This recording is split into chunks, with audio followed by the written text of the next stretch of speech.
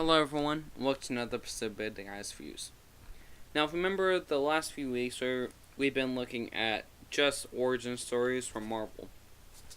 For example, last week I did X-Men Origins Wolverine, and the week before I did both the 2003 and the 2008 Hulk movies. And so, now we're going to be doing the X-Men. And, so this is the newest X-Men movie that has come out. It's a prequel to the other ones, and I kind of talked about it last week with X-Men Origins Wolverine, and it's a very good movie. So you guys probably guessed by now. X-Men First Class. What I really liked about this movie was that one that had pretty good cameos. The original person who played Mystique in the original X-Men movie, she did a short cameo, and then Hugh Jackman, who plays Wolverine, he did a funny cameo. Probably one of the funniest I've seen. But probably the best one I've ever seen was by far the one in the Amazing Spider-Man. I think. Yeah, they keep calling it spectacular, amazing, or and that other stuff. I'm kind of confused, but in the Amazing Spider-Man, the newest movie that came out. So, yeah, probably the second funniest cameo I've ever seen. And yeah, so this movie takes kind of a different tone. It explains some of the origins of the X-Men characters, like Mystique, Magneto, Beast, and they introduced some of the old classic characters, Emma Frost. I mean, they explained her part a little bit. Not 100%, they did a better job at explaining Emma Frost in X-Men Origins Wolverine. But, yeah, I really like this movie personally. It kind of makes people rethink about how they treat others. Same with any of the X-Men movies. In this one, it really captures everything with Magneto.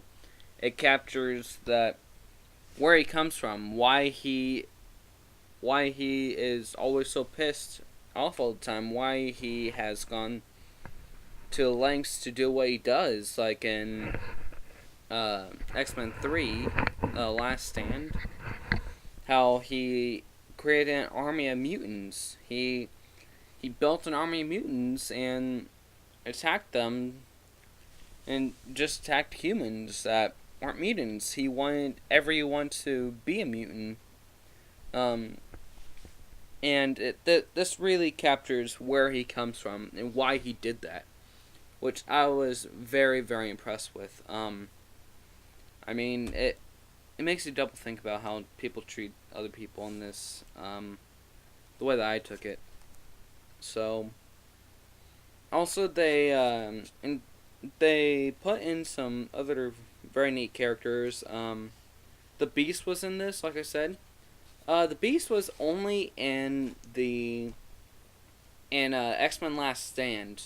This was the second movie that he has been in for, like the X-Men movies that are for more of 21st century, and yeah, some of the more recent movies, that's the second one that he's been in. And all the other characters, they've been in just about every one. Hugh Jackman, he's been in every single X-Men movie, starting off with X-Men, then X2, then, yeah, he's been in just about all of them, all the newer ones. So, yeah, I'm shocked that they've only had Beast in 2 of the movies. I mean, he has always been one of my favorite characters, and I'm glad that they finally explained some of his part. So, and there's another character, though, that I don't know really anything about, though, that he was a villain. he was practically the same as Nightcrawler. He had the same exact power, except he was red. And he was a lot more deadly and wasn't afraid to kill. So, what was he? I forget his name. I think they said it, like, once or twice during the movie. He had, like, these, sword things that, I forget what they're called. But, yeah, if you guys watch X-Men First Class, you'll recognize him. You guys can kind of see him right here. Again, I'm sorry about the video quality. Right there, in between the main villain, I forget his name, and Emma Frost.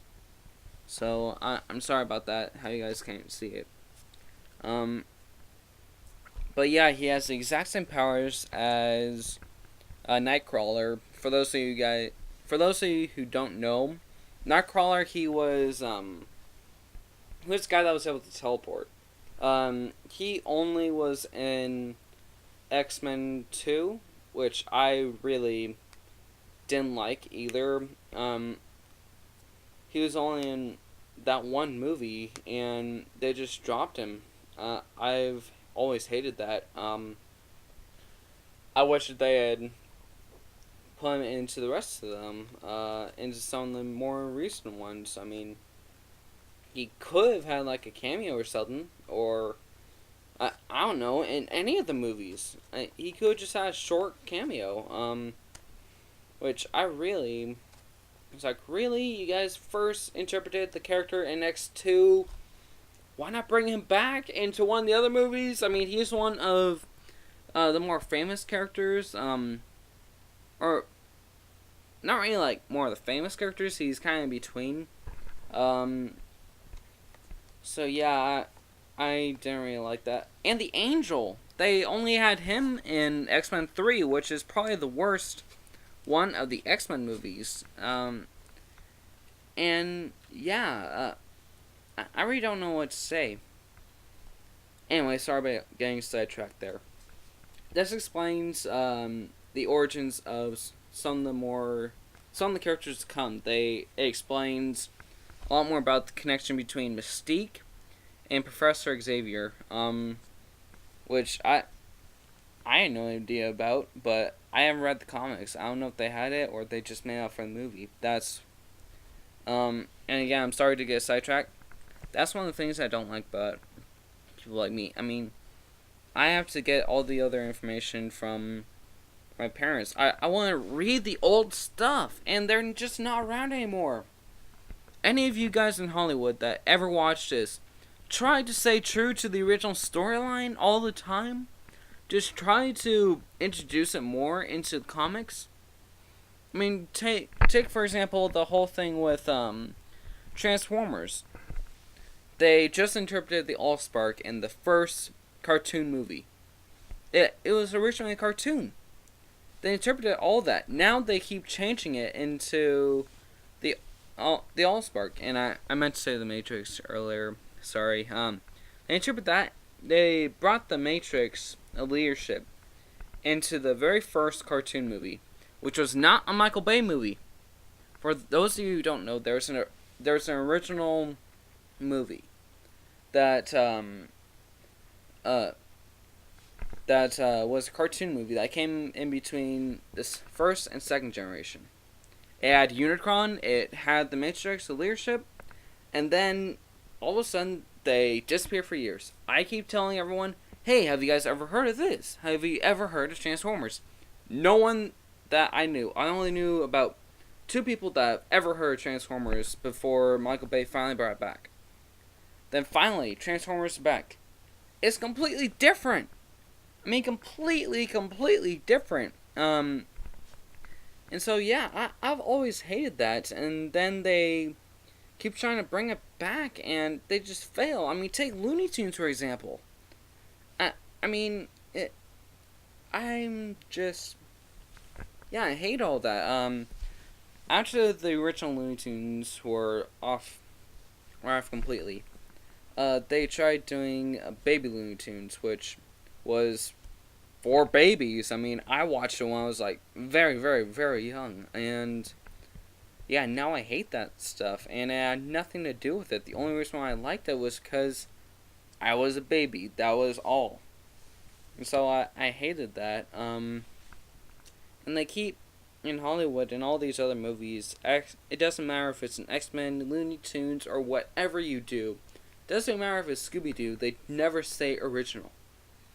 Scooby-Doo, they're actually monsters. I mean, they take the costumes and then they turn into monsters. And this is Scooby-Doo too.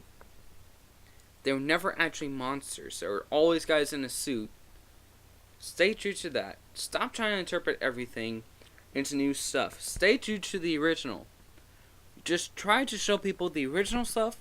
Then don't just keep showing them all this new crap, which just keeps getting all mixed up for all the people that are growing up with this new crap. G.I. Joe. Which one was it? That was Accelerator suits. They never had that. They never, ever, ever had that. And for the new G.I. Joe movie, it's coming out.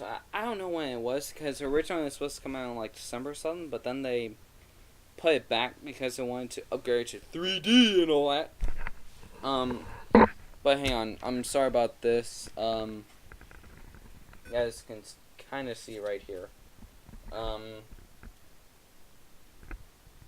Sorry. That's the Hiss tank. That's the original Hiss tank. That is a snow version of the Hiss tank. Originally, they were just all black. But I mean, stay true to the original design. Just, yeah, yeah, I feel very strong about this stuff. I mean, I can just go on and on and on, but yeah, I hate that some of the other updates that they did with this movie and other movies, and which I don't know if it's real or not compared to the original. Stay true to the original script. So yeah, that's really all I have to say. Back to the movie itself.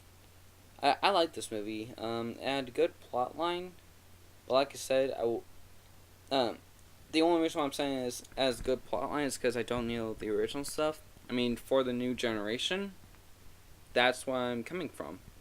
But compared to the old stuff, I don't know because I never saw it. Bring it back. That's all I'm going to be saying. But yeah, for the new generation, I think that was very good. I'm very glad that they finally brought it back. And they kind of explained some of the stuff of the original, like trying to make it into movies. But yeah, I don't like all the changes that they made in this that I do know about.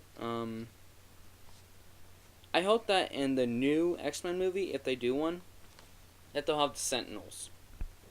And yeah, to kind of get into some of the older stuff. But yeah, this movie itself is probably I have to say worthy about a 3. Far from a 5. Far, far, far from. Not worthy of a 4. Same thing. And if you're very, very, very generous, probably 3 and 1/4. Sorry, I have to use that goal because it's not worthy of a 3.5. Somewhere in between, if you guys are very generous to the movie. But yeah, the only reason I'm saying 3 is because I liked the movie. I really did. Because it explains some of the stuff from the original comic book. Didn't explain everything. So yeah, that's all I had to say about this one. Again, I'm sorry about getting sidetracked earlier, but that was the right time to talk about it. So yeah, I hope you all enjoyed. I suggest this movie to people that are like hardcore fans of X-Men as well as Marvel. Same thing with X-Men Origins Wolverine. Yeah, if you guys do watch this one, prepare to see some very funny cameos. Or, yeah, there are about 2 cameos, I think. Yeah, I think just 2. Hugh Jackman is probably the funniest cameo that I've ever seen. Like, another superhero do, one of them. So, yeah, that's all I have to say about these movies. I hope you all enjoyed. I'll see you next week. I'm probably going to be doing X-Men 1. So, then after that, I'm going to do the Spider-Man movies. And also, pretty soon, I think it comes out the 25th of this month, The Avengers is finally coming out. So, I don't care if I'm still doing X-Men. I can guarantee you guys right now, as soon as it comes out, I am just going to go straight over to that store, buy that movie, watch it, and then the first weekend after that, I will do a review. I promise you guys right now. If I'm not able to, then I swear. Yeah, I really want to do that movie. So it doesn't matter if I'm going to be doing a review on the X-Men movies by then, or if I'm still going to be doing the Spider-Man movies. I'm just going to stop everything and do that movie. So just be prepared for that anytime. So anyway, I hope you all enjoyed, and yeah, pick up these movies if you guys like Marvel, and yeah, I hope you all enjoyed. See you next time. Bye.